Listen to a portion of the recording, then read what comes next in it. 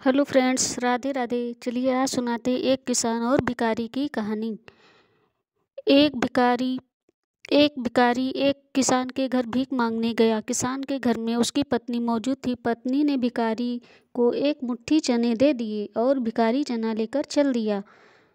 लेकिन उसने चने की रोटी बना के रखी थी। किसान जब घर आया, उसने अपने बच्चों के मुख को चूमा और स्त्री ने उसके हाथ पैर धुलाए। बाद में रोटी खाने बैठ गया। स्त्री ने एक मुट्ठी चना भिखारी को डाल दिया था। भिखारी चना लेकर चल दिया। रास्ते में भिखारी सोचने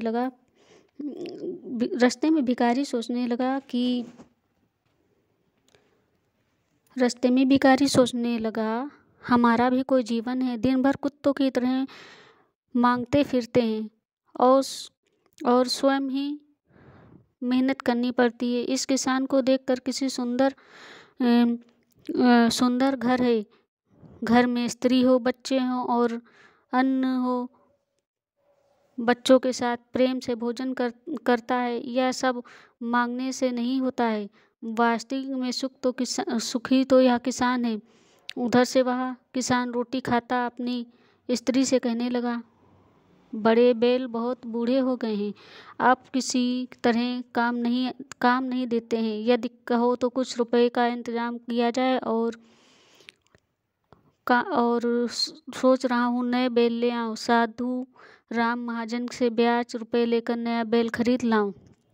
भोजन करने के बाद साधु राम महाजन के पास गया। बहुत मिन्नत करने पर 1 रुपया सैकड़े के ब्याज पर देने के लिए स्वीकार किया और एक लोहे की तिजोरी में से साधु राम को थैली निकाली और गिन्नी और रुपए गिनकर उसको दे दिए।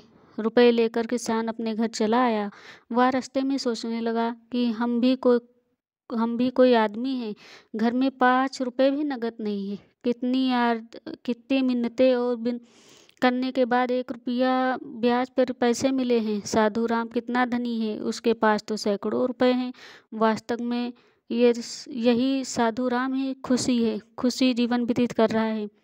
साधु राम छोटे से कपड़े की दुकान किए हुए था। एक बड़े दुकान के कपड़े लाता और उसकी दुकान पर अपनी दुकान पर बेचता। दूसरे दिन साधु राम कपड़े लेने गया। वह सेठ पृथ्वीचंद के दुकान से कपड़े लिए और वहाँ बैठा बैठा सोचता रहा।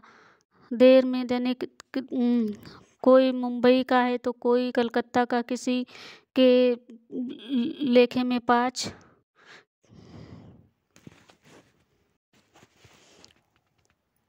कोई 1 लाख। साधु राम कितना धनी और उसके पास सैकड़ों रुपए हैं। वास्तविक में सुख तो साधु राम ही खुशी जीवन व्यतीत कर रहा है। वो ये सब सोचने लगा। लेकिन दूसरे दिन साधु राम जब कपड़े लेने दुकान गया, पृथ्वीचंद सेठ की दुकान पे कपड़े लेने गया। वहाँ बैठा बैठा सोचता रहा। कोई मुंबई का था तो कोई कलकत्ता का था और किसी के पास 5 लाख रुपए मुनाफा हुआ। किसी में 1 लाख का। साधु महाजन यह सब देखता रहा और कपड़े लेकर वहाँ से चला। रास्ते में सोचने लगा कि हम भी कोई आदमी हैं। 100-200 रुपए के लिए मारे घूमते हैं। महाजन कहलाने लगी। पृथ्वीचंद तो एक दिन में लाखों रुपए का फायदा उठाता। वास्तव में सुखी तो यही है। उधर पृथ्वीचंद बैठा था कि इतने में एक तार आया कि 5 लाख रुपए का घाटा हुआ। वह बड़ी चिंता में था कि नौकर ने कहा कि आज आपके राय बहादुर सेठ के यहाँ दावत है, आपको जाना है। मोटर तैयार है। पृथ्वीचंद मोटर पर चढ़ा और राय बहादुर की कोठी पर जाने लगा। वहाँ सोने चांदी की कुर्सियाँ पड़ी थी। राय बहादुर जी कलेक्टर और कमिश्नर इत्यादि बड़े बड़े अधिकारी से हाथ मिला रहे थे। बड़े बड़े सेठ खड़े थे। वहाँ पृथ्वीचंद सेठ को कौन पूछता। वह एक कुर्सी पर जाकर बैठ गया और वहाँ बैठे हुए साहब आए। राय बहादुर से हाथ मिलाया और वह चाय पी और चले गए। पृथ्वीचंद अपनी मोटर में लौट कर रहा था। रास्ते में सोचता हुआ कि हम भी कोई सेठ हैं। 5 लाख से घाटा हुआ तो घबरा गए। रायचंद बहादुर के कैसे ठाठ हैं। साहब उनसे हाथ मिलाते हैं। वास्तविक में सुखी तो यही हैं। दोस्तों, इस कहानी का सारा सच ये है कि वास्तविक में यह कहानी हमें यही शिक्षा देती है कि वास्तविक धन तो वही है जो हमारे अंदर संतोष है। किसी के पास कुछ है, किसी के पास कुछ, वो उसमें भी खुश नहीं, लेकिन असली सुख तो वो है मन का धन, जहाँ पे मन और संतोष सब कुछ है। वहाँ पर हमें किसी चीज़ की भी ज़रूरत नहीं होती है। अगर आधी रोटी है तो उसी में भी हम लोग अपना भला समझते हैं, लेकिन जहाँ पे बनावटी और दिखावटी है वहाँ पे संतोष नहीं है। इसीलिए सबसे बड़ा धन है मन का धन। हमें अपने जीवन में बस इसी को ही अपनाना चाहिए।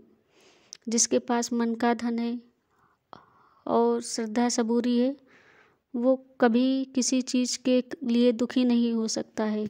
इसलिए आप सबसे यही निवेदन है, आपके पास जितना है आप सब उसी में ही अपनी खुशहाल ज़िंदगी को जिए। राधे राधे। किसी के पास कुछ है, किसी के पास कुछ, लेकिन हम अपने जीवन में हमारे पास क्या है, हमें उससे अपनी ज़िंदगी में खुशियों को ढूंढना चाहिए, ताकि दूसरों की ज़िंदगी में नहीं कि इसके पास क्या है या उसके पास क्या है। हमें ईश्वर ने जितना दिया है हमें उतने में ही संतोष करना चाहिए, क्योंकि दूसरों का देखकर आज उसके पास ज़्यादा है, कल कम है, कल उससे भी ज़्यादा है, तो ये ना देखकर हमें हमारे पास क्या है